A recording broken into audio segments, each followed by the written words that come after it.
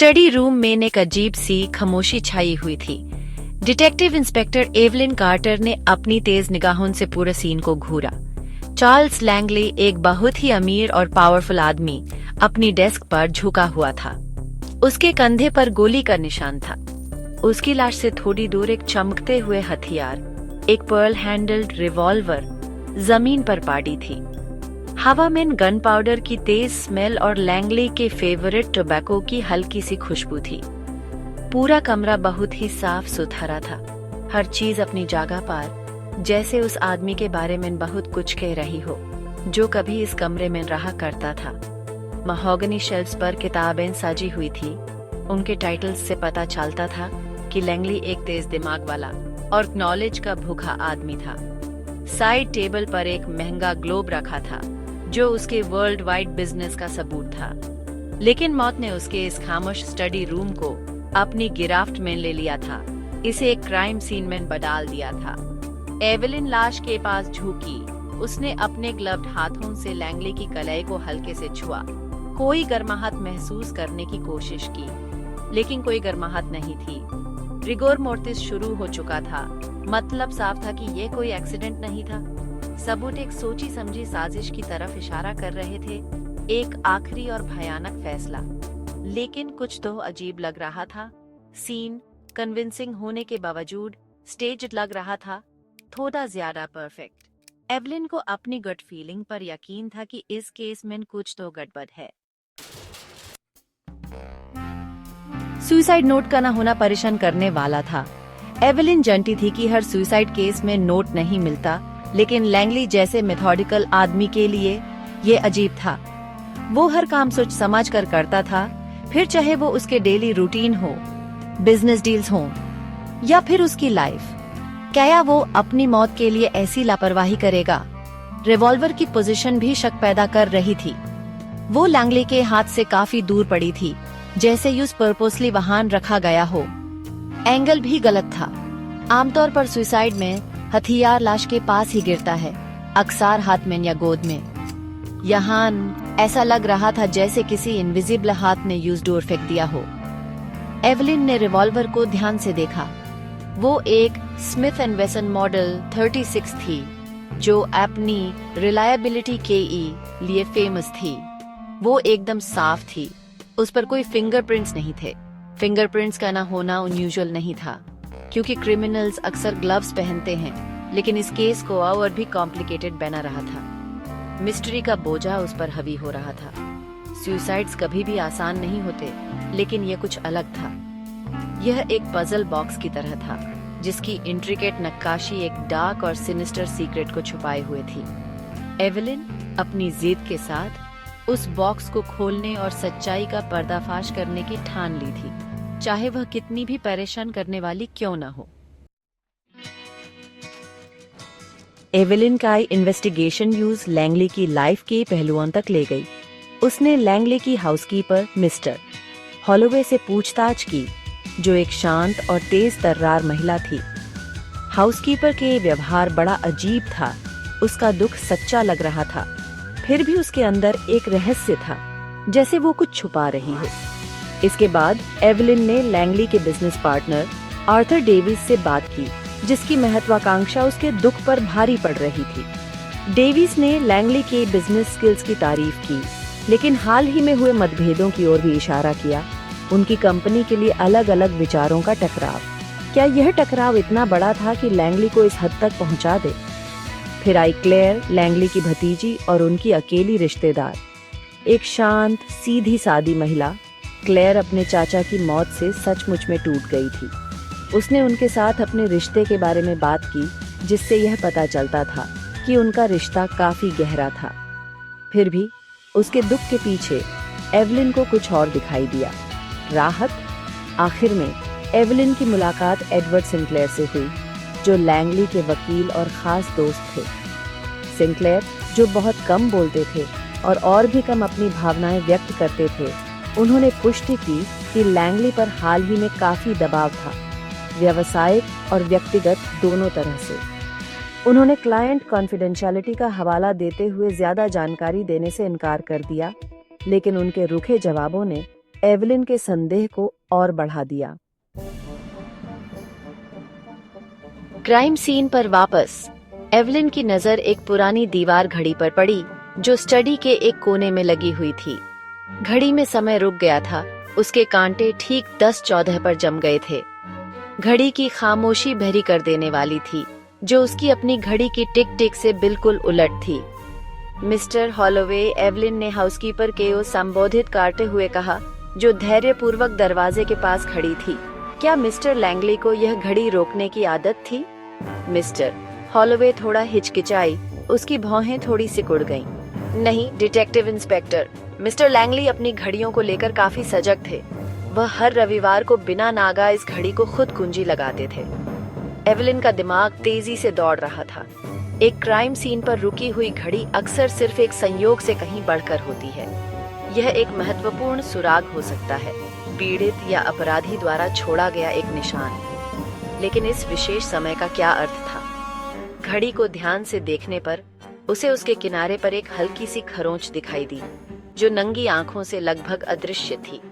यह एक ताजा खरोंच थी जो किसी नुकीली और धातु वाली चीज से बनी थी। उसकी उंगलियों ने घड़ी के चेहरे पर लिखे शब्दों को ट्रेस किया, टेम्पस फ्यूजिट, जिसका अर्थ है समय उड़ता है। लेकिन इस मामले में समय रुक गया था, लैंगली की मौत के सटीक क्षण पर जम गया था।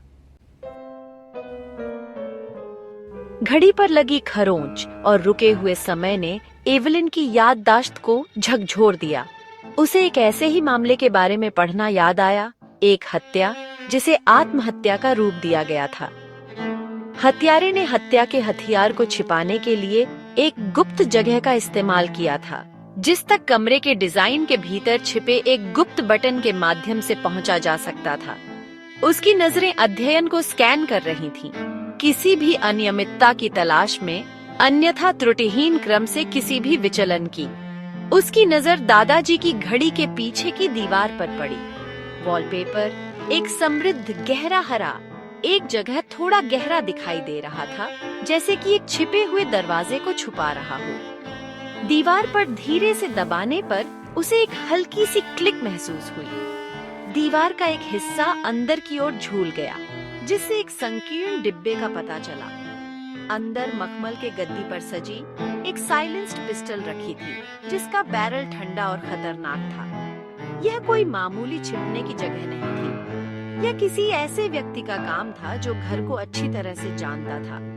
कोई ऐसा व्यक्ति जो लैंगली की दिनचर्या और पसंद को समझता था। गुप्त डिब्बे और साइलेंस्ड पिस्टल की खोज ने जांच को तेज कर दिया। सबूत एक सावधानी पूर्वक नियोजित हत्या की ओर इशारा करते थे, जिसे ठंडे दिमाग से अंजाम दिया गया था, और केवल एक ही व्यक्ति इसे अंजाम दे सकता था जो लैंगली की आदतों को जानता था और उसके आंतरिक गर्भगृह तक उसकी पहुंच थी, मिस्टर हॉलोवे। सबूतों से सामना होने पर मिस्टर हॉलोवे का सा कंपोजर आखिरकार टूट गया। उदासीनता का उसका मुखौटा दूर हो गया, जिससे अपराध बोध और निराशा का एक झरना फूट पड़ा। उसने लैंगली की हत्या करने की बात कबूल की, लेकिन जोर देकर कहा कि यह दया का काम था, किसी ऐसे व्यक्ति की रक्षा करने का एक बेताब प्रयास जिसे वह बहुत प्यार करती थी। वह एक राक्षस था, डिटेक्टिव इंस्पेक्टर, उसने कहा। उसकी आवाज दबे हुए क्रोध से कांप रही थी। वह अपने आसपास की हर चीज और सभी को नियंत्रित करता था। वह लोगों को अपने इशारों पर नचाता था, अपने फायदे के लिए उनका इस्तेमाल करता था और फिर उन्हें अपने खेल में प्यादों की तरह त्याग देता था।